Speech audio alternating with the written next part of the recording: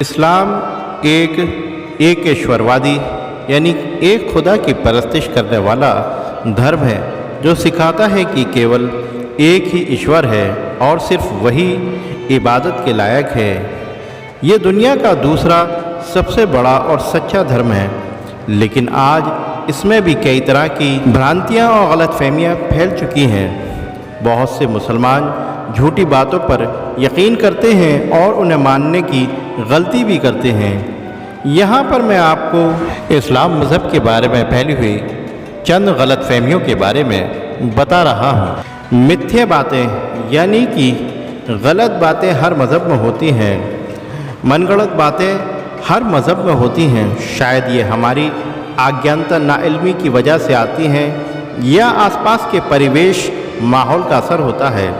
اسلام مذہب کے بارے میں قرآن میں لکھی ایک بات حق اور سچ ہے، بس کچھ عناصر اساماجک تتو اور دین کے دشمن یعنی دشمنان دین اسلام مذہب کے بارے میں غلط فہمیاں پھیلاتے ہیں۔ ہم ان میں سے کچھ غلط فہمیوں کے بارے میں آپ کو یہاں بتا رہے ہیں۔ قرآن اللہ کی کتاب ہے، اس میں کوئی جھوٹ نہیں ہے، بس ہم لوگوں نے ایک دوسرے کی باتیں سن کر غلط دھارنائیں بنا لیں جنہیں لوگ اب سچ ماننے لگے ہیں۔ جس میں پہلی غلط فہمی یہ ہے کہ مسلم ہونے کا مطلب مانساہاری ہونا ضروری ہے۔